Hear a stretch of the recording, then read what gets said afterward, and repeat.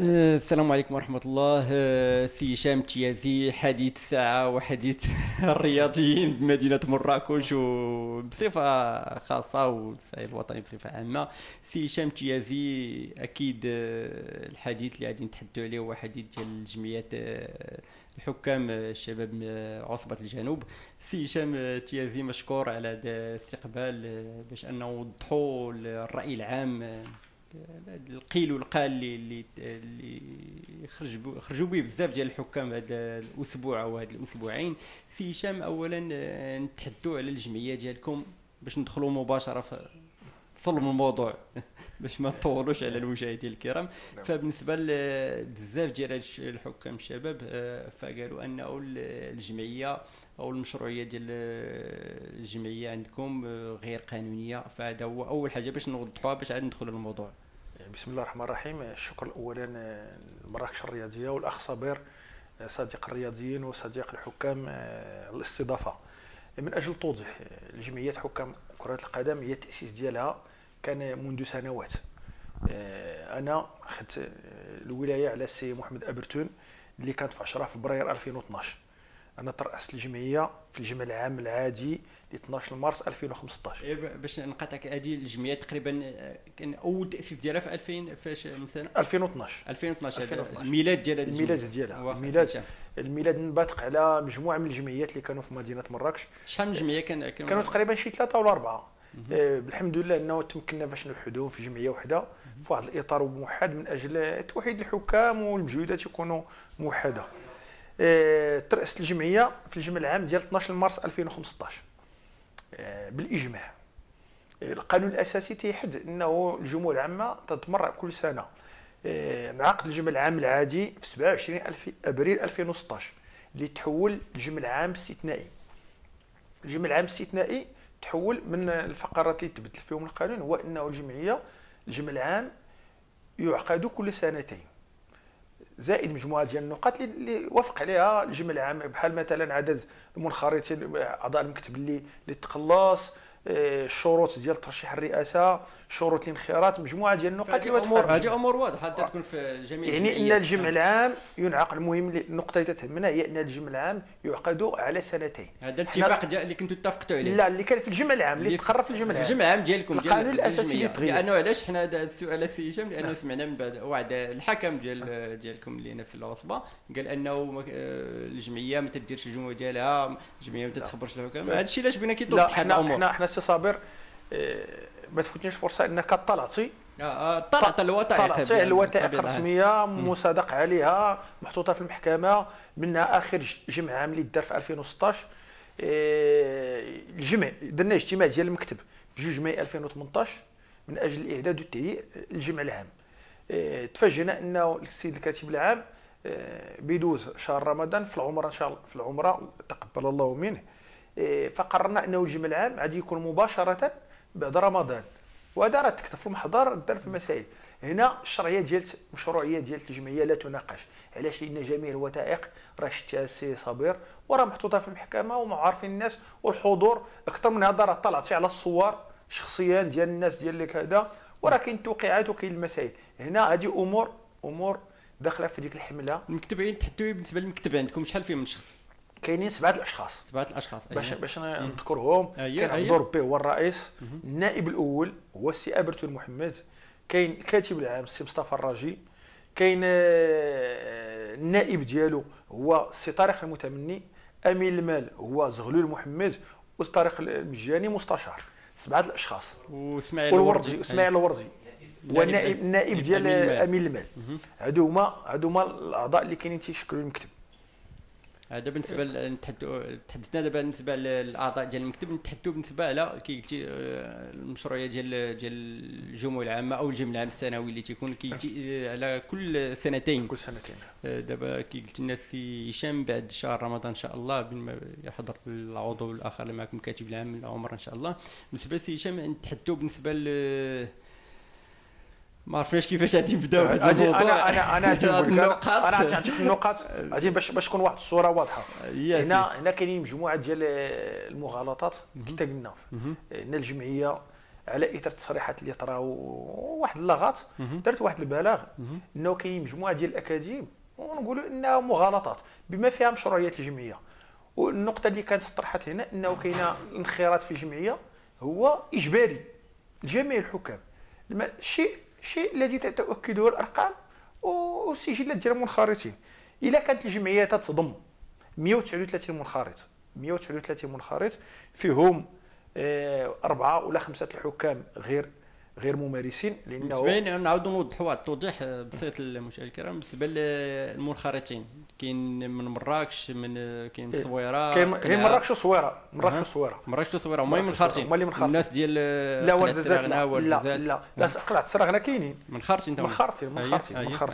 هنا قلنا عدد المنخرطين 139 علما ان مجموع حكام عصبه الجنوب تتفوق 300 تقريبا، واحد 302. يعني تحينا على واحد الرقم هو انه كاين 163 حكم غير منخرط، اكثر من النصف. هذا ما تيخليش الشك. شحال ثمن الانخراط؟ ثمن الانخراط كاين 200 درهم للحكم الوطني. هذا 200 درهم كنا سمعناه في الجمع العام، كنتوا انه اتفقتوا عليها في الجمع العام انه اي حكم بغى ينخرط ف 200 درهم. هذا انخراط سنوي تيديروا كل حكم كل سنه. لانه علاش انا سولت هذا السؤال سي هشام؟ لانه ناضوا شي بعض الحكام كانوا فاش اتصلوا بنا قال لي انه تتفرضوا عليهم. لا هذا هو اللي بغينا باش نوضحوا. انا الاجابه باش جاوبتك هو انه عدد المنخرطين 139 وعدد الناس الحكام اللي ما منخرطينش هو 163. يعني هذا العدد تيبين لك انه الانخراط في الجمعيه راه غير اجباري. يكون كان اجباري خص يكون العدد هو 100% هي 300 منخرط. كاين حكام اللي ما فحالهمش الله يكون العون، ماشي ممكن تفرض عليه الخيارات. لا حنا السي صابر ما يمكنناش نعملوا خارج الاطار المحدد لقانون الجمعيات اللي ما تيفرضش، اللي ما تيحددش انه يفرض على اي واحد باش ينخرط بشكل اجباري. سي هشام، تحدثنا على القضيه ديال الانخراط، نتحدثوا بالنسبه نرجعوا شويه كنا نقولوا حنا المسكيل هذا المشكل اللي ناضوا، نرجعوا للحكام ديال المدينه وقيله قلعه السراغنه اللي كنقولوا انتفضوا، وكاين مواقع التواصل الاجتماعي، كاين بزاف ديال الحوايج، ولكن الغريب في الامر انه هما صيفطوا لنا حنا رسائل احتجاج شكاوى، ولكن ما توصلتش بهم العصبه او الجمعيه.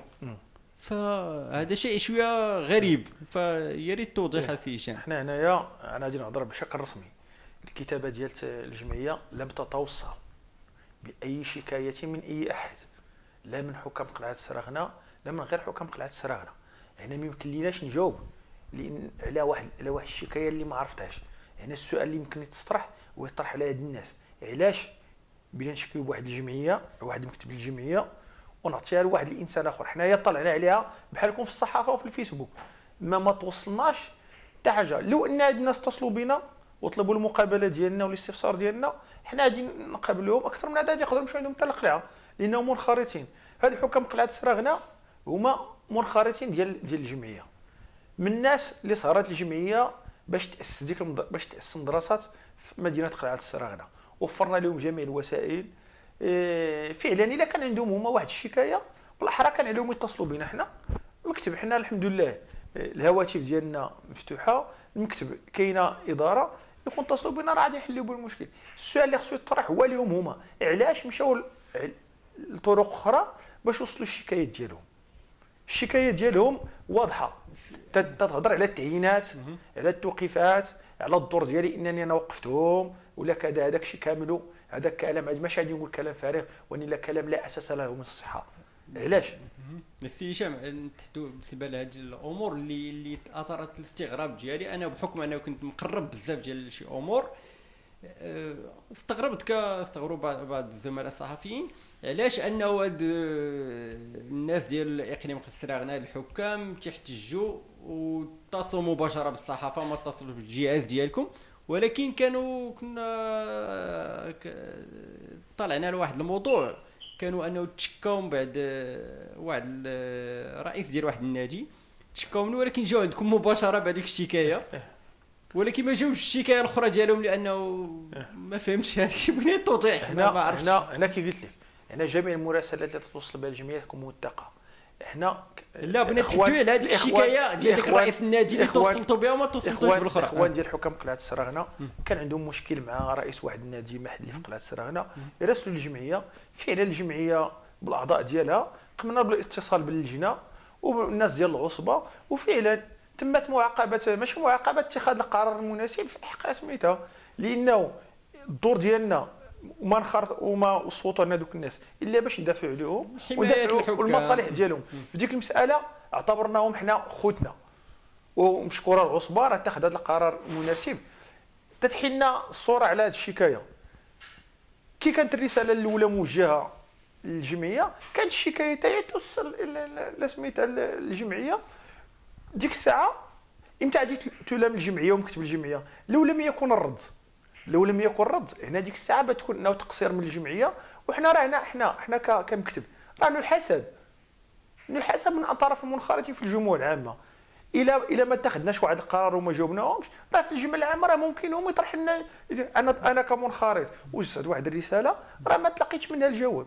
سي هشام، شحال تقريبا من حكم كاين في اقليم السراغنه؟ كاين تقريبا هما شي 19 حكم. 19 حكم من 139 لا من منخرط. هذا بيفتح واحد القوس.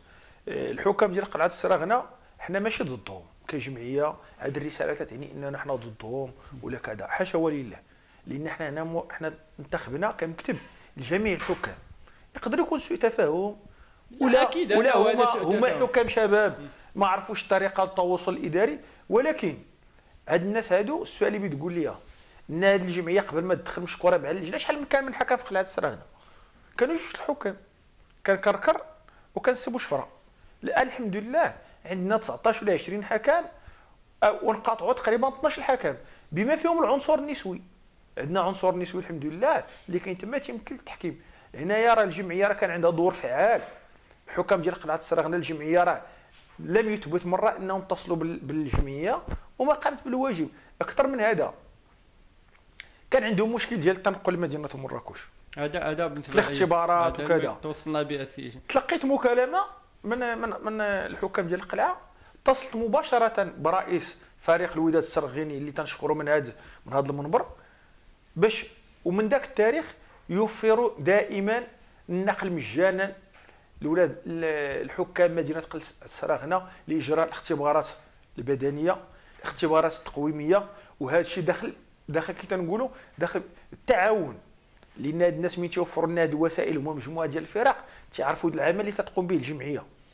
لان الجمعيه شخصيا انا والاعضاء السي شرحابيل والسي ابرتول فتنا درنا دروس تكوينيه لفريق الوداد السرغيني، تنقلنا بمالنا الخاص، درنا اليوم دروس تكوينيه.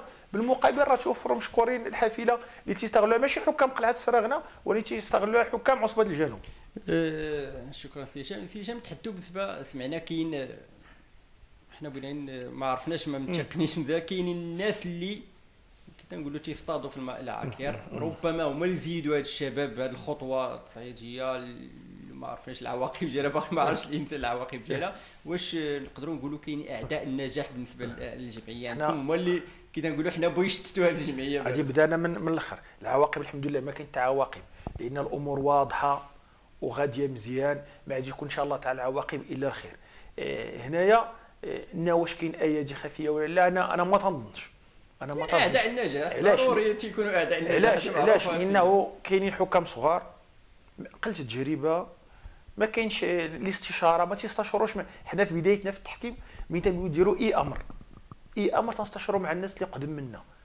الحمد لله كاينين ناس اوتور نستشر معاهم في المسائل الاداريه، كنستشروا في التقنيه، نستشروا في المسائل سميتها باش نقولوا انه كاين ايادي خفيه. ما تنظنش. الحمد لله حنا كمكتب نسعى الى جمع الشمل. ما عمرها تكون عندنا النيه انه غادي نفرقوا بين هذا ولا بين هذا. والهدف ديالنا الاسماء هو تطوير التحكيم. حنا الحمد لله ما بغيناش لا مدينه قلعه السراغنه لا صويره لا ورزازات. حنا راه باش واخا بنخرج شويه على الموضوع، راه حكام مدينه الصويره راه غير منخرطين، يستفيدون من جميع الانشطه ديال الجمعيه. التكوين درنا تدريب وطني حضروا ليه، الكتب ديال التحكيم سلمناهم لهم. الحاجه اللي لنا شنو هو العمل ديالنا؟ العمل ديالنا هو تطوير التحكيم بعصبه الجنوب.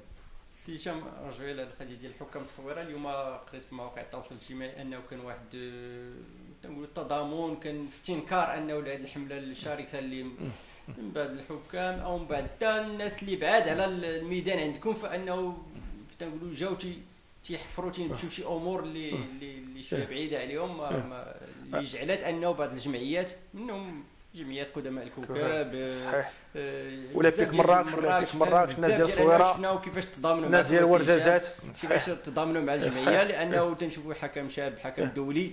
فكاينين بعض الناس سامحهم الله تيبيو انه كنا نقولوا حنا يرسوا الكاري ديال شي حكم، ولكن كان تضامن، كان الحمد لله. وهذه الحمله وهذه الاتهامات وهذا الشيء ما تزيدنا الا اصرار على العمل. علاش؟ بيناتنا بالبرهان ان العمل ديال الجمعيه الحمد لله راه غادي بشكل ممتاز. لو ان الجمعيه ديالتنا هذه التجربه متواضعه في العمل الجمعوي وفي التكوين، لو اننا ما كناش خدامين مزيان وكان ما واحد الاشعاع، كون على يقين انه راه ما غادي يهضر علينا تحت. بما انه كاين واحد هذه الحمله هذه تتبين انه راه كاين باش بنادم، راه كي تنقولوا اشنا هي الشجر التي تقصر بالحجاره ترمى بالحجر اللي فيها الثمار. حنا الحمد لله حنا العمل ديالنا والدور ديال الجمعيه انا ما غاديش نهضر عليه، لان لا السي صابر لا الناس الحكام المحليين لا الحكام الوطنيين لا الجمعيات، راه جمعيه حكام عصبه الجنوب هي مثال يحتذى به، لا من التسيير لا من الانشطه لا من جميع الامور. حضرنا سي هشام مع هادشي، ما رماو عليك الورد، ولكن حضرنا للسي يحيى حدقه فاش حضر هو وبعض الناس من اللجنه المركزيه سي القزاز هنا فاش كان في المسرح الملكي الحفل الختامي السنوي، فشفنا كيفاش كان اشاد بالاداء ديال الجمعيه. بالنسبه لنا نعاودوا نرجعوا شويه للامور بعض الامور اللي طارت شويه الحافظه ديال بزاف ديال الناس، انه كانوا تيقولوا اقتطاعات بعض الحكام تيحكموا مثلا الكوكب المراكشي ب 2000 درهم تيقبضوا 500 درهم. ما كانش توضيح، كان غموض في هذه القضيه، ولا كيتوضحها سي هشام؟ حنا كجمعيه جميع الامور الماديه راه واضحه وموثقه، المداخل محسوبه بالامور مدققه، المصاريف نفس الشكل. كاينين بزاف ديال الهضره، حنا المحاسب ديالنا والمخاطب هو المنخرط. هاد الهضره كاملها كي تنقول لك داخله في واحد الحمله ديال التشويش. الارقام واضحه باش بنادم يقول المساهمات حنا تيقولوا اقتطاعات، هي ماشي اقتطاعات، هي مساهمات ديال الحكام. باش نرجعوا للتاريخ ديالها قبل التاسيس ديال الجمعيه تقريبا في 2011 2012 كانوا الحكام تيساهموا بواحد المساهمه ديال مبلغ بسيط 10 دراهم لكل مقابله. كانوا تيشرفوا على جوج حكام، السي ابرتون محمد تيشرف على باش يستخلصها من الحكام الوطنيين، والحاج بالعرج تيتكلف بها من الحكام ديال العصبه. بعد تاسيس الجمعيات تقرر في الجمع العام، ليس الرئيس او المكتب اللي قرروا المساهمه، الجمع العام قرر انه ما كاينش الدعم، تقررت انه تكون مساهمات ديال الحكام من اجل الدعم المادي ديال جميع الانشطه.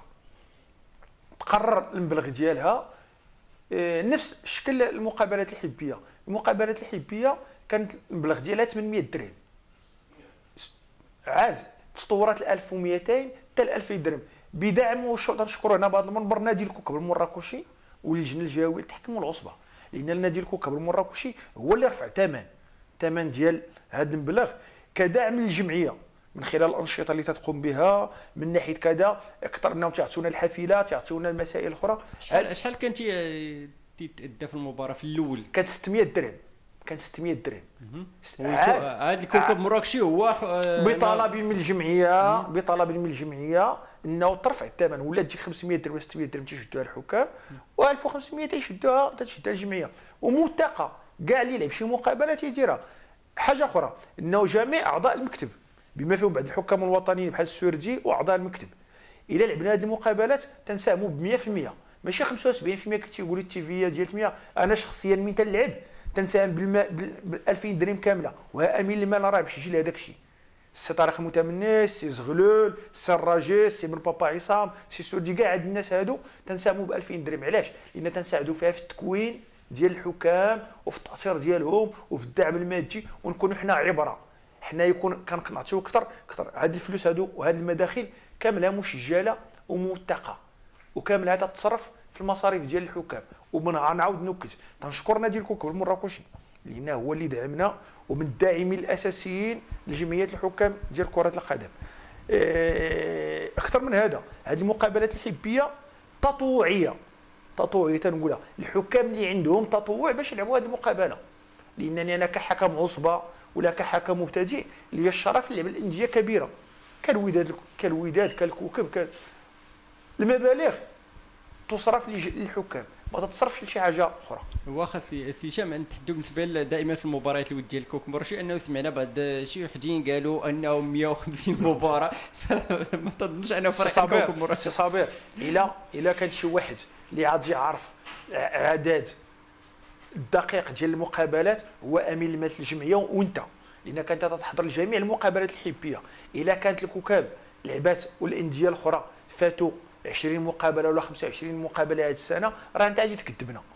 لا انا اللي استغربت هو انه فاش قال لك انه لعبوا 150 مباراه وديه شيء غريب. انا سي صابر، انا انت تحضر شي اثار استغراب ماشي ديالي ديال بزاف ديال الناس، فهذا الشيء اللي كاينه 25 مقابله، 15 مقابله اللي تأدات. المقابله دوك المقابلات الاخرين راه في اطار التعاون اللي بينه وبين الكوكب المراكشي، راه منين نستخلصوا راه غادي تدخل في الجمعيه. وكنت نقول لك هذا الشكر للكوكب المراكشي لانه هو اللي رفع الدعم هذا كدعم للحكام. مشكور سي هشام. بالنسبه لسي هشام، فمن بعد ما تنشرت هذه الاخبار سواء في المواقع الالكترونيه في بعض المحطات الاذاعيه في الجرائد، خرجت واحد نقولوا اشاعه، لانه بعد ما هضرت معك في الكواليس سي هشام لا التوقيف ديال ما نهضروش دابا الوالد، حنا نهضروا في القانوني، فرئيس الجمعيه الحاج عبد القادر التيابي قالوا ان توقف ما توقف، فبغينا توضيح بالنسبه لهذه الامور سي هشام. رئيس اللجنه انا كرئيس الجمعيه وكحكم ممارس ما طلعت على حتى شي حاجه في هذه المساله هذه. هذا السؤال يمكن تطرح على المسؤولين، هما اللي يعرفوه. انا شخصيا المخاطب باقي تنهضر مع الاعضاء ديال اللجنه، ما فراسي والو. تندخل للموقع ديال العصبه تندخل، انا ما فراسيش شي نقطه، وما يمكنليش نجاوب، انا ما فراسيش. سي هشام، فنتحدثوا بالنسبه لواحد القضيه سمعنا، ولكن بينك انك انت تاكدها لنا. فبعد واحد ثلاثه الحكام نقولوا دازوا في واحد البرنامج في واحد الموقع، موقع رياضي في مراكش، فهاد الحكام سمعنا انكم رفعتوا بهم دعوى قضائيه لانه ابار على الامور كنت نقولوا حنا العمليه او الجمعويه، فكانت امور شخصيه اللي ضراتكم بزاف اللي جعلتكم بانكم تلجؤوا للقضاء. فواحد التوضيح سي هشام.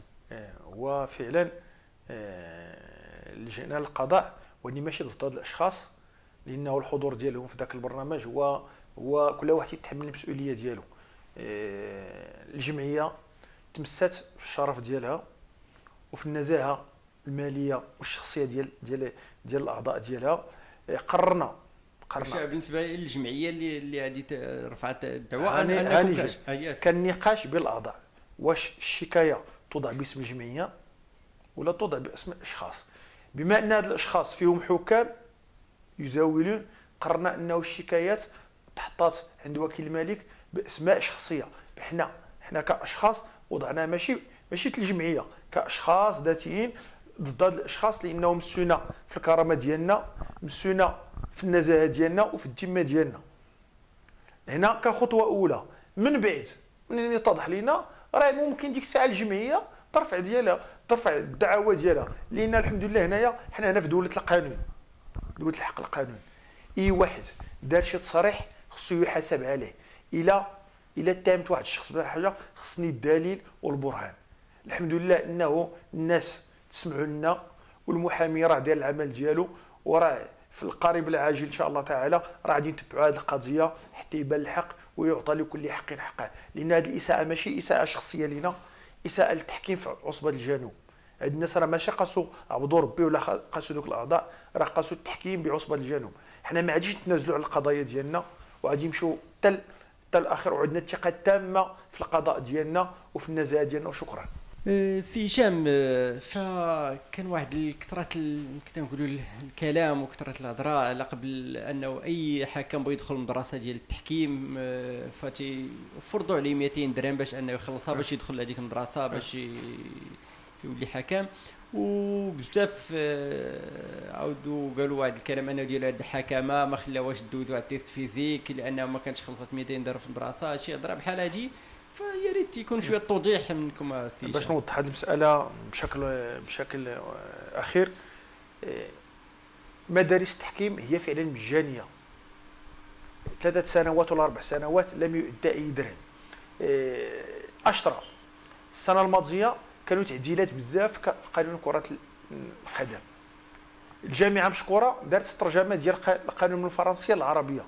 المؤطرين ديال المدارس كان عندهم طلب، والاباء بطلب من الاباء ان ذاك الكتاب يتطبع ويتوزع على الحكام. كانوا بالعدد 78 حكم متدرب، 31 حكم اللي عطى 200 درهم طبع فيها الكتاب والكتيب ديال تفسير التعديلات وتوزع عليهم 31 حكم. وهذه المساله راه واضحه، وراه الاباء شاهدين ديال المدرسه، لانه الاقتراح كان من اباء مدرسه ديال الازلي. كان اقتراح ديالهم ماشي من جميع المدارس. ماشي اكثر من هذا، انه لم يمنع ان الحكم ما دارش اكثر من هذا. ذاك الكتيب توزع على جميع الحكام ديال المدارس اللي عطاو واللي ما عطاش، والجمعيه مشكوره واعضاء الجمعيه طبعوا ذاك الكتاب ووزعوه على الحكام ديال العصبه. سي هشام، هذا طلب واش ممكن لانه بصفتكم الرئيس بغينا يطلعوا على التقرير المالي. بالنسبه للتقرير المالي انه كانت بعض الكلام لانه ما يمكنش يوضح لنا شي واحد من غيركم انتم كرئيس او امين المال، بالنسبه انه كانت قالوا كان الدعم ديال المجلس الجماعي هذه 3 سنوات، بنعرفوا شحال كان الدعم، واش كان 3 سنوات او لا، وبنعرفوا بالنسبه للقضيه ديال انه تيقولوا 30 35 مليون. بغينا توضيح لهذه الامور هذه لانه باش ما يبقاش ديك مرحله الشك. هنا كي وضحت لكم، هو الباب ديال الجمعيه مفتوح الاطلاع على جميع الوثائق، جميع المعاملات الماليه تيتكلف بها عبد ربي الرئيس وامين المال. هاد الناس امين المال هو السي زغلول محمد. الشيك ولا التوقيعات ولا السحب ديال الفلوس تيكون بتوقيعين ديال انا السي زغلول. حنا المحاسبين بعد المسؤولين هذه المساله باش نوضح ونعطي الارقام الصحيحه اللي عارفه كل شيء. هنا المداخل عندنا مساهمات الحكام 72,010 درهم سنتين، فيهم الحكام الوطنيين وحكام العصبه. الانخراطات 25,200 درهم.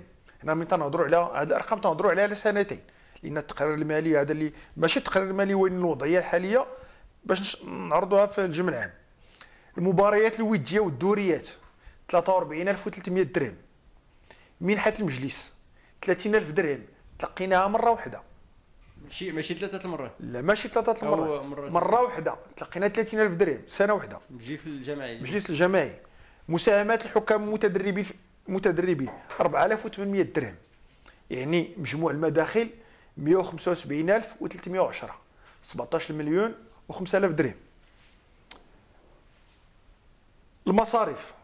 المصاريف 169,398 درهم فاصلة 29 درهم. رصيد الحساب البنكي المالي هو 32,686 درهم، زائد ذاك المبلغ اللي قلنا ديال المباريات الحبيه اللي باقي عند واحد النادي غادي يسلموا لنا مباشره بعد التوصل ديالو بالمنحه. هنا الوضعيه الماليه نهار شدينا الجمعيه كان ناقص 10,730 درهم. مجموع الانشطه اللي درنا، كاين حفل سنوي، كاين تدريب وطني، كاين اللباس ديال الحكام، كاين الرايات، كاين دو داتاشا، كاين سونوريزاسيون، كاين مجموعه ديال الامور. كاين دي بيب، شرينا لي بيب اللي تيستعملوهم الحكام في العصبه. ان هذه المساله هذه مهمه. كاينين الحكام تيجربوا وتيستعينوا بهذه المساله باش في الصعيد الوطني تكون عندهم تجربه. لا واحد التبديلات اللي تنستعملوا في المقابلات ديال الحكم الرابع، الوسائل ديال التلقين،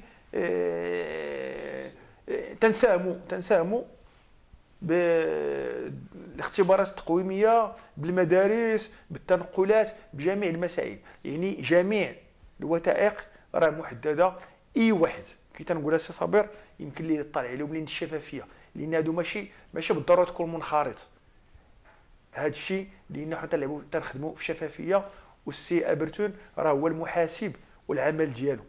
حنا هنايا من تنعملوا كنتطوعوا تنقولها وتنكدها. هاد المبالغ الساده الاعضاء المكتب كاينين مبالغ اللي ما مسجلاش هنايا اللي هما عندهم مساهمات تطوعيه وما داخليش يجيبوهم هما وتصرفوهم هما.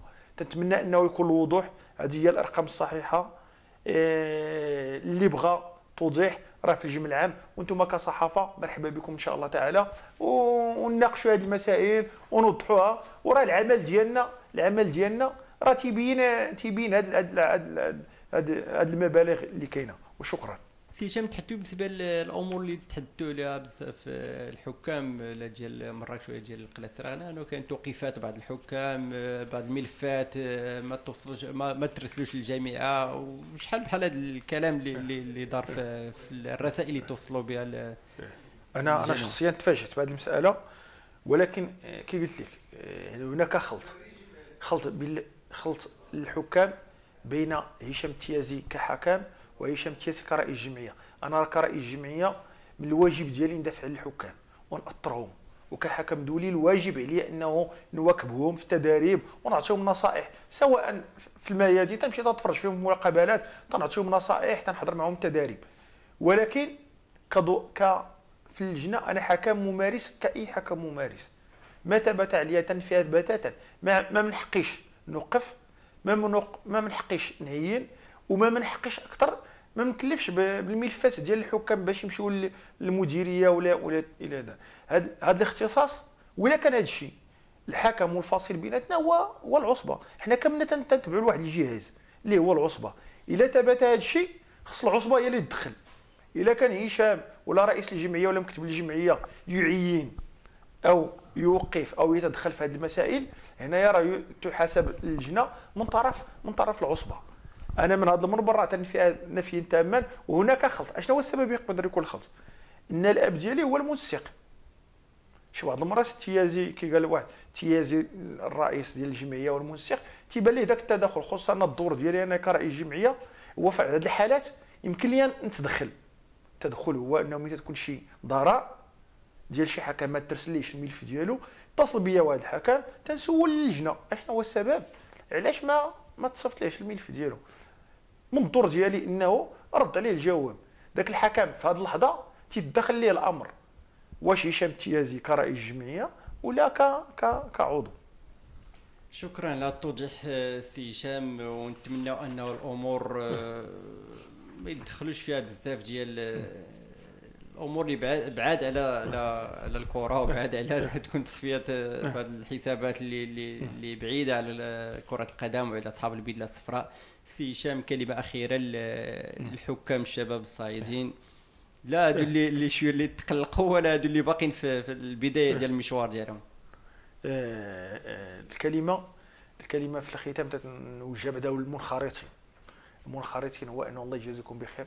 اللي عنده شي مشكل مع المكتب ولا كذا، الباب ديالنا راه مفتوح، والنقاش يكون في الجمع العام، وخصنا نكونوا يد واحده من اجل تطوير التحكيم بعصبه الجنوب.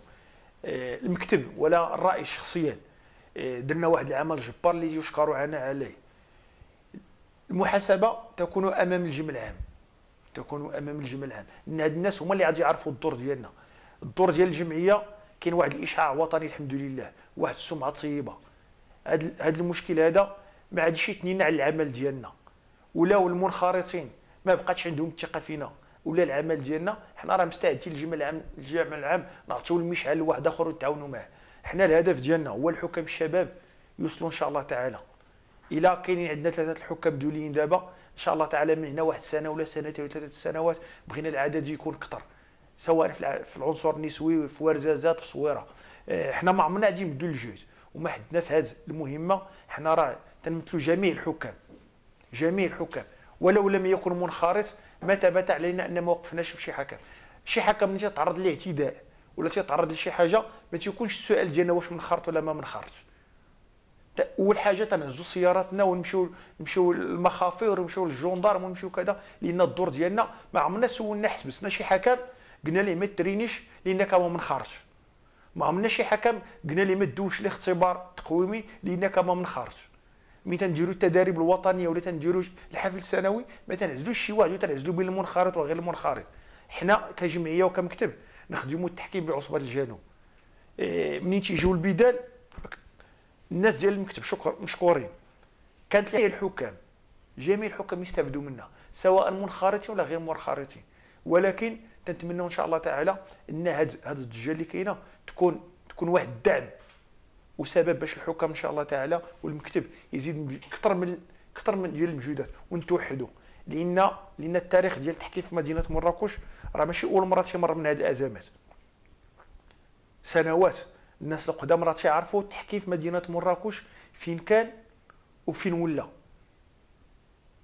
الحمد لله كنا ولينا تنفتخروا اننا نقولوا حكام ديال عصبه الجنوب، والناس الصعيد الوطني تيحسدونا بالعمل، بالنقاء ديالنا، بالاجتهاد ديالنا، بالظروف اللي تنخدموا فيها حاليا.